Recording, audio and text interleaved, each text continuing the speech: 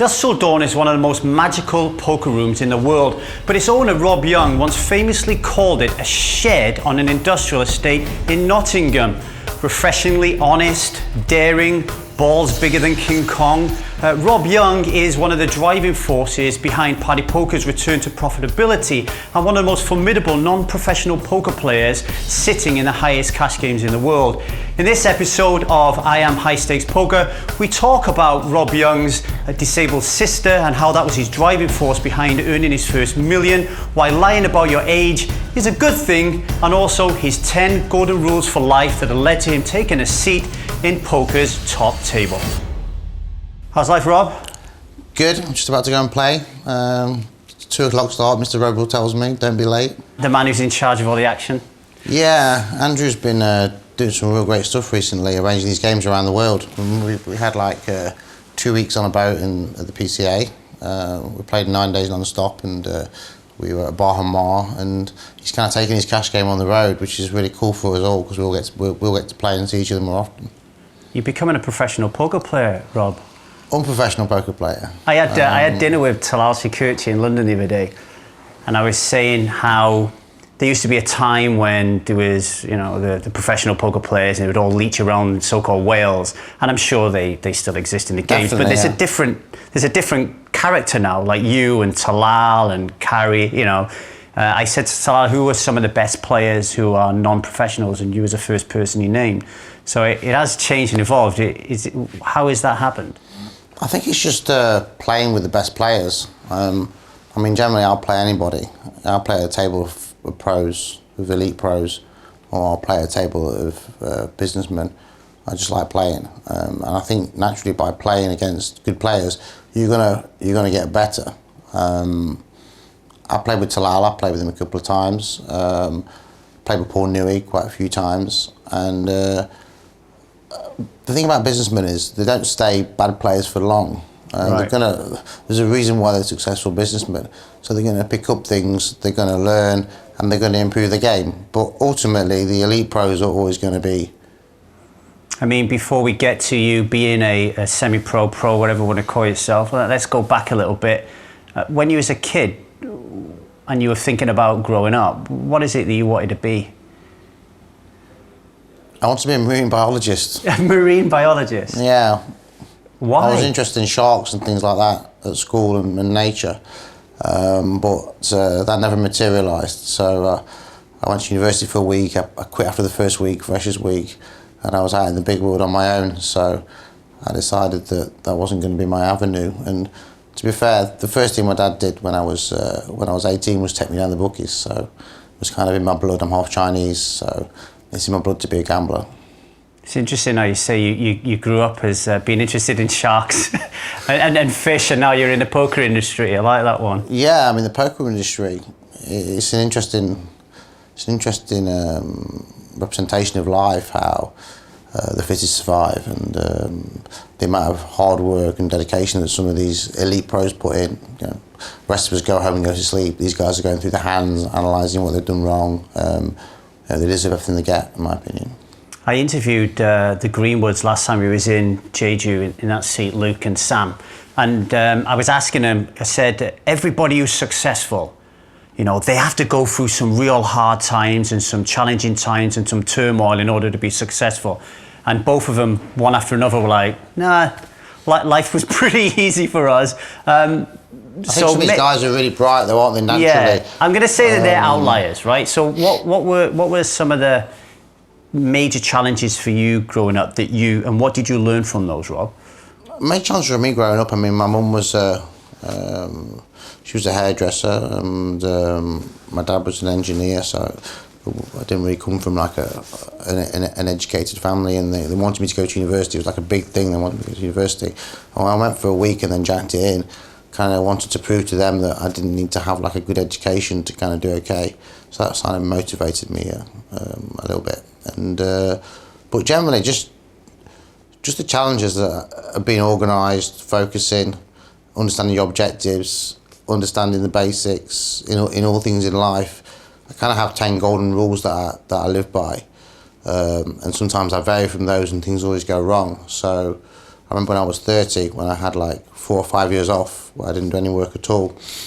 I went around some of the universities and some of the colleges in the UK, and I actually lectured on these 10 golden rules. And I think a few of the students have actually messaged me since or wrote to me and said, wow, that worked, you know. So really sticking to the basics and simplifying things down is generally, it generally helps you get over the challenges, because things just go wrong. In life, things just go wrong. Like, you can just wake up tomorrow and something like out of your control can go wrong, and you can either be positive about it, it happened, move on, or you can just dwell in the past and be negative. And if something happens outside of your control, then there's nothing you can do about it. And so it's kind of been a lot of life lessons for me on things that have gone wrong in my businesses or in my life, where I've been able to say, was that within my control? Yes or no? Yes, well, how can I make sure it doesn't happen again? No, fuck it, move on. What are some of those 10 golden rules? Oh, it's tell me ages to go through them. Don't do all one 10, of them is, if it's outside of your control, forget it. That's one of the rules. A big one for me is tomorrow's another day. So no matter what happens today, you wake up tomorrow, you're fresh. Tomorrow's another day. Move on. So, you know, I mean, from my point of view, you know, most of my golden rules are about positive mental attitude. I also have things that I've stuck by, which is it's always better to work with people that you've known for a long time. You can get the best out of them. Whereas you take someone new who you don't know, they come with baggage. Whereas I would rather have someone I've known for 10, 15 years, because I know their strengths, know their weaknesses, I'm able to get the best out of them. So certain business things like that, which are quite contrary against normal business methodology. But yeah, I mean, they've all come true for me. And I would definitely think that whenever I'm making mistakes and I'm feeling down, something's going wrong, my girlfriend Alex, she wrote my 10 golden rules up and put them in the shower for me. And so every time when I'm in the shower, I look across and I think, and I read them every morning. That is super important, though, if you want to be successful, is to have some sort of automated systems around you that can continually remind you to get into like a mindfulness state, I guess, or, you know, stop drifting to the future, stop drifting behind, like, and just get really super present. Yeah, and also very important things about trusting your gut. And one of my golden rules is JFD, just fucking do it.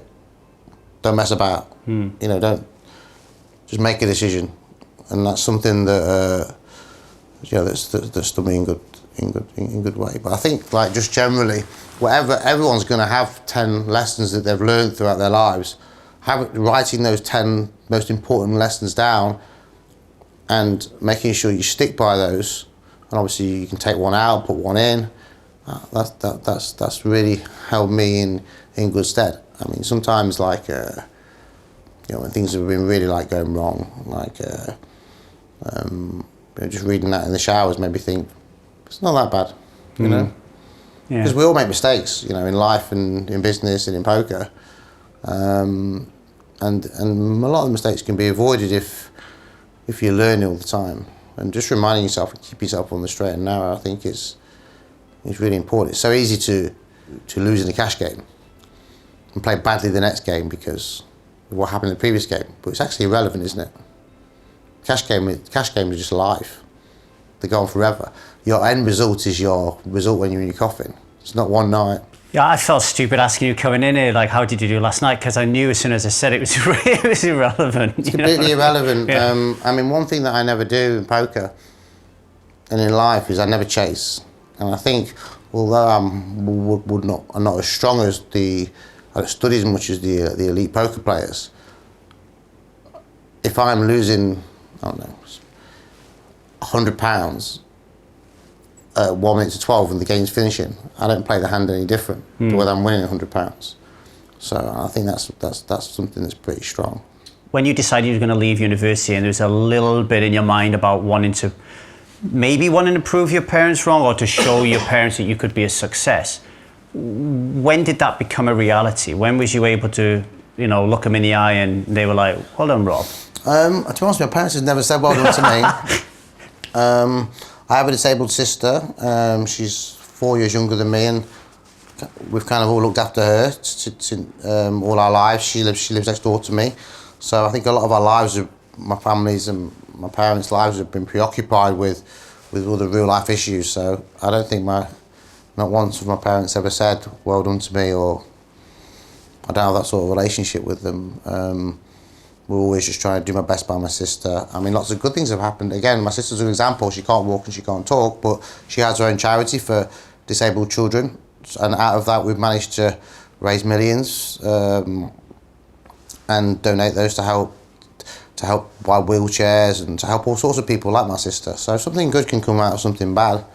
But certainly, my parents have never, I don't know, I suppose some psychological issue there, but my parents have never looked at me and said, like, I think you've done okay. Well, I imagine it must be really difficult and challenging for everybody in that kind of dynamic where there must be a lot of attention having to be, you know, spent and paid on your sister because of a disability. But then that takes kind of the spotlight away from yourself. Yeah, I mean, when I'm growing up, we were all focused on my sister because we didn't think she was going to survive past 14.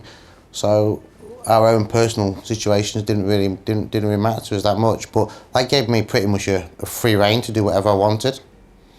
I might have did terrible things when I was a kid. I mean, like, I used to get away with murder. You know, I remember taking my dad's car out one night when I was 15, crashing into a lamppost, leaving a note on the dashboard for my dad when he got up saying, "Sorry, Dad, I crashed the car. I won't come home." You know, I mean, I had pretty much a free rein, and the fact that I was able to jack university after 4 days and just leave a note on the television saying, "Sorry, I passed university." I went to sleep on my friend's floor when I played on slot machines in the local pub for 6 months. I pretty much got to do whatever I wanted, really. But ultimately, I always felt that I always felt that I was going to be okay, because I always knew I needed to look after my sister and my parents as they're getting older. So I always kind of knew that I need to have a solid base, and business was the obvious thing for me to go into. I just spent a week with my boy. He's 18, you know, and his drive is how can I be a millionaire so I can look after me and then look after all my family. Yeah, it sounds like yours was the way around. Other people first, and I think that's a strength. I mean, I remember when I got my first job in working for a company called Northern Foods. When I left university after 1 week, I didn't put my age on my CV, and I put my degree on my CV, so it looked like I was a graduate. And I got the job on the graduate training program. I turned up the first day, and I was 18, everyone else was 22 and had a degree. So I blagged my way into that, and I had to pass my exams pretty quickly. But I had a boss who forgave me for kind of lying at my interview to get onto the graduate training program. So I just did what it took. I remember when I got my first big job, which was down in London working for the Mirror Group newspapers.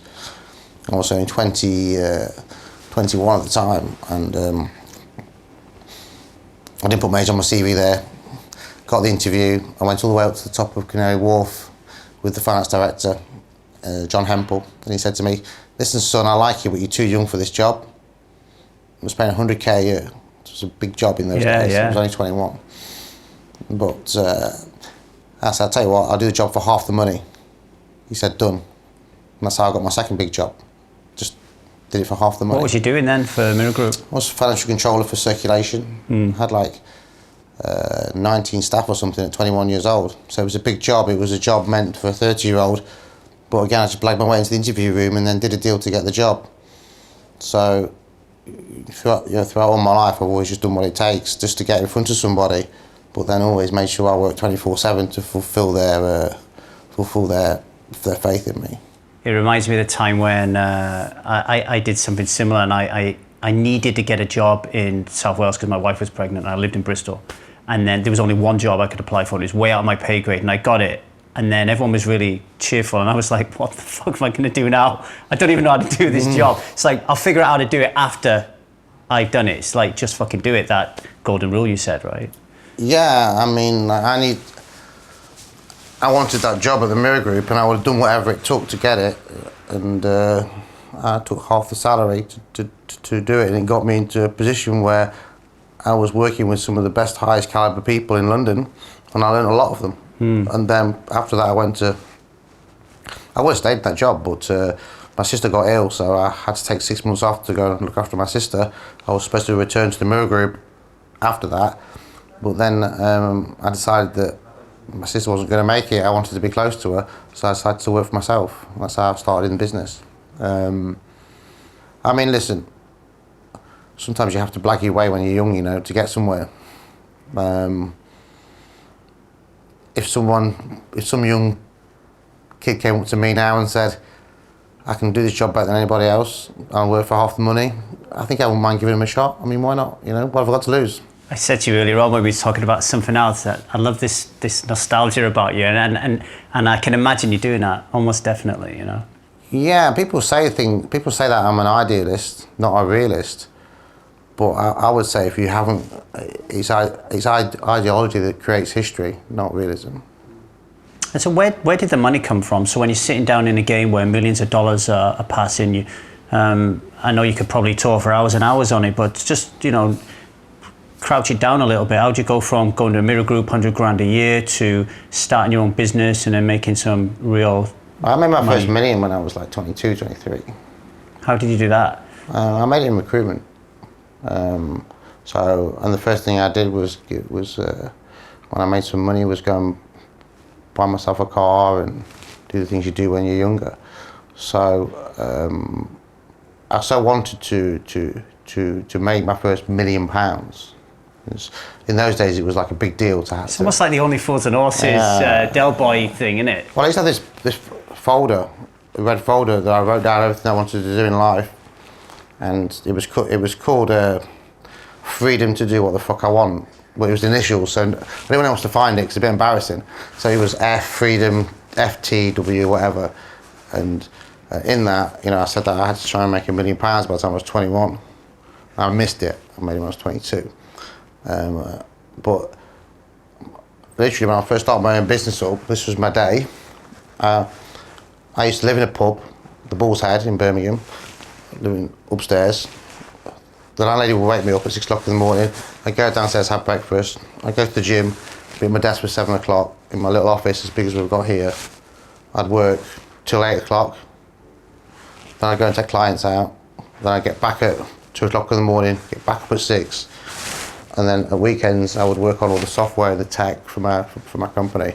I'd put 24/7 in blood, sweat and tears, just to get that first step on the ladder. And just complete dedication. I've been watching the Peaky Blinders on Netflix. And yeah, I've seen it. I haven't seen the latest series. Yeah, it's great. And they go from nothing. All of a sudden, they got this huge big safe and they're filling it with money. Do you ever remember a moment when you were just a moment where it was nice and peaceful and quiet, and you just, I don't know, you looked at your bank account or you looked in your wallet, whatever, and you thought, fucking hell? No, because I mean, I've never been like I never one that makes decisions really for financial reasons. I've been very lucky in the fact that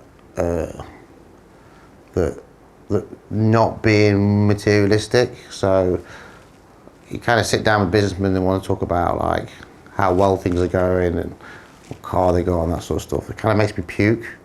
So I never really would ever have that moment, because I know it's easy to say, it doesn't really matter when you're sitting in a lovely hotel like this and you're going to sit down a cash game with 500k, but I never really just felt that way. I mean, about sitting down looking at bank balances or looking at how well you've done or how big your house is and how nice your car is. So I'm more interested I've just always been more interested in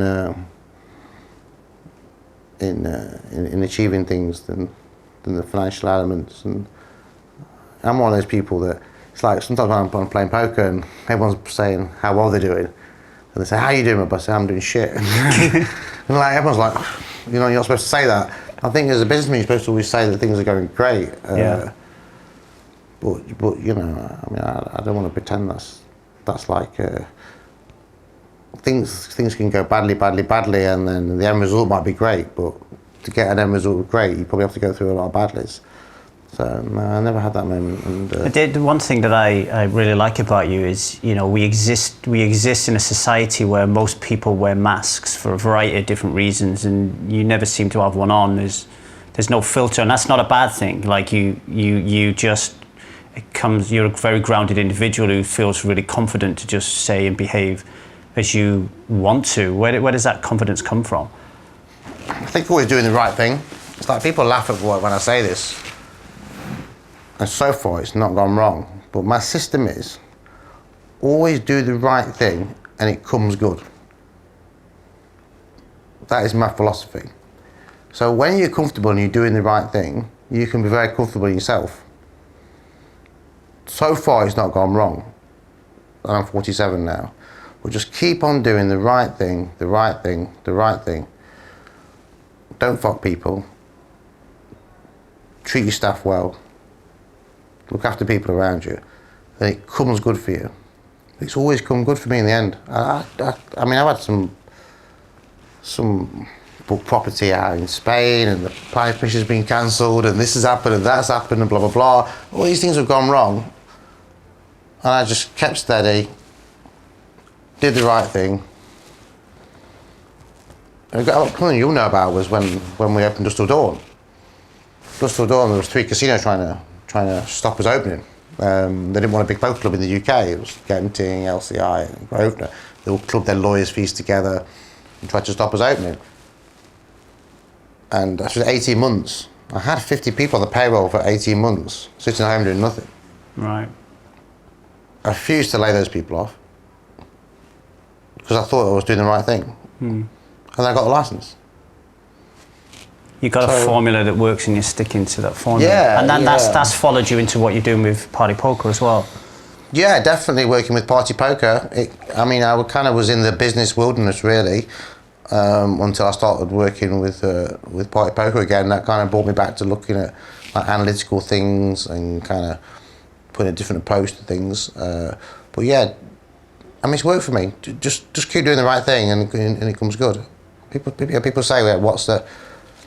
Young people say, oh, you know, I want you to have a car like yours one day. They're looking at the wrong things. People look at the wrong measures. Yeah, like my boy, you know. It's the wrong measure. Yeah. It sounds a real cliche, but what you should ask yourself is how you going to look in the mirror in the morning and like what you see. I mean, you know, I had like a life-changing experience when I was like in my late 20s. When one of my competitors tried to buy one of my companies. And I was really, said that I would never sell out to a competitor. And I actually went out with them and got drunk and agreed to sell. Just got blinded by the London, the lights and things like that. And then in the morning I woke up with brushing my teeth, looked in the mirror and didn't recognise myself. So I just sent me an email, said, tell them to fuck off, I'm not interested. So, and cancelled the deal. So, and like when you reach moments like that where keep yourself in check, you know, I think it's important. So being confident and not wearing a mask is kind of part of knowing that you do the right thing. I mean, you can go bankrupt, you can go bust, all sorts of things can go wrong in life. But if you've done the right thing, you can always hold your head high, in my opinion. I'd rather be like that than be corrupt and be successful, you know. Are you very competitive? I used to be competitive when I was younger at sports, but I don't think I'm that competitive now. No, I think I'm a team player now. In everything I do, team player. I don't. I never feel like I'm the boss. Never wake up feel like I'm the boss. Never feel like I'm in charge of people anymore. I remember when I was younger, I used to have a department. So I got 100 people working for me in office. I wanted to be 200. I wanted to be 300. But now, I just feel like a team player now in every way. I have many partners around the world and many friends that I work with, and I just really feel like a team player. It's kind of a different as I've got older, from being probably a boss to being like a team player. So how does that transfer to the poker table then? I try and play poker once a month. I enjoy it. I've got lots of friends in poker, but it's not something that I need to be doing. I don't need to play. So I can be selective with who I play with and when I want to play. I want to win at the poker table, but while the chips are in play, they're not real money. So it's like a game. But I won't do whatever it takes to win at the poker table. Like, I won't dwell on the river with the nuts and try and get someone to call me. I won't moody, I won't Hollywood, I won't act. If a mistake was made, I'd tell someone to take their money back if they made a genuine mistake. So someone bet like 50k when they're meant to bet like 5k. You know, I would always have good etiquette that way. So I'd say I'm non-competitive at the poker table. I probably look like just a fair is how I would describe myself. And you said you went around university teaching people about your 10 golden rules. Yeah. When you're playing in these highest stakes in the world and you're mixing and socializing with these players, what are some of the attributes, the key attributes that you see that they have that players at lower tiers don't have? Well, it doesn't necessarily work that the higher the stakes you go up, the better the players. Let's say, for example, say, if you play say a 25-50 game in Vegas, I think that's going to be like tougher than the 200-400 game in Ivy's room. Because when the stakes get to a certain level, professional poker players can't afford to play at those stakes. So you're almost taking out most of the pros. So the only way, for example, the only way a pro could afford to play in the biggest games in the world is if he's staked. And people don't really like to stake people in cash games too much. It's like, it's risky, isn't it? It's not trackable. So I think once you're kind of going above like 500 1k blinds, you're losing the pros and you're just playing against mainly businessmen. So the standard drops. So you don't need to be that good to kind of break even. Right.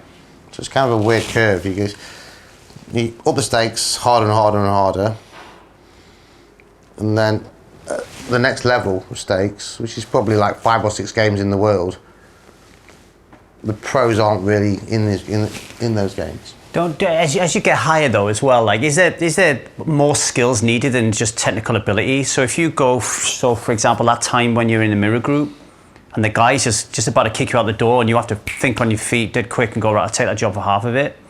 Like, don't you have to have a bit of savvy about you to get in these games? Maybe not, you said they're not all in the top higher games, but is there a different, like, you've got a Chris Moorman, right? You've got a Toby Lewis, who could consistently play in these games, but they're not there. And then you've got a Stephen Chidwick who is, for example. Like, there's not many of these players in the high stakes tournaments who are actually playing all by themselves. They're standing and swapping off pieces. If you're talking about high stakes cash games, people are normally playing with their own money. Right. So you're just pricing, who is the richest poker player in the world? You're pricing almost all of them out. I mean, some of these games that get played like 5k, 10k PLO. I mean, what poker player in the world can play those? So I think when the stakes get to these limits, you're just pricing out poker players. They just don't want that variance. Like, how many poker players are prepared to lose 1 million in one session in reality of their own money? And I think generally at the higher stakes, it's just at the nosebleed stakes, you're just coming up against an opponent who's more similar to yourself. And these games are very gentlemanly as well. Right. I've seen people have like a 2 million pot and somebody's made a mistake with a hand and the guy said, take your money back. You kind of see a lot more differences at these stakes, but you do see the same faces as well. See the same people, so people become friends, and I think naturally when you become friends with people, you don't want to skin each other, so it naturally becomes more of what I would call a social experience. Like, for example, a lot of friends are flying out to Rio at the PartyPoker Millions. We don't want to skin each other. We're flying out to have to chat with each other for a few days. So the nature of the game is not really cutthroat. Yeah. So it's a little bit different at the high stakes in the world. Friendship, less pros. So it's a different experience. It's more of a sociable experience and probably less competitive. Where do you stand on meaning and purpose, Rob? Do you spend any time thinking about what you're on this planet to do or anything like that? Yeah, I think about those things a lot, but I'm not any good answers. I mean, meaning is a difficult question. Purpose is easy. Purpose is to do is to, again, in line with doing the right thing and being a good person. So, but in terms of meaning, what's the meaning of life? I don't know. But right. In terms of purpose, just doing the right things. I think we're all here to do the right things. And I just recently had a baby, Indiana, 6 months old, and yeah. And one of the things I do think when I look at her is I think everyone started off like that.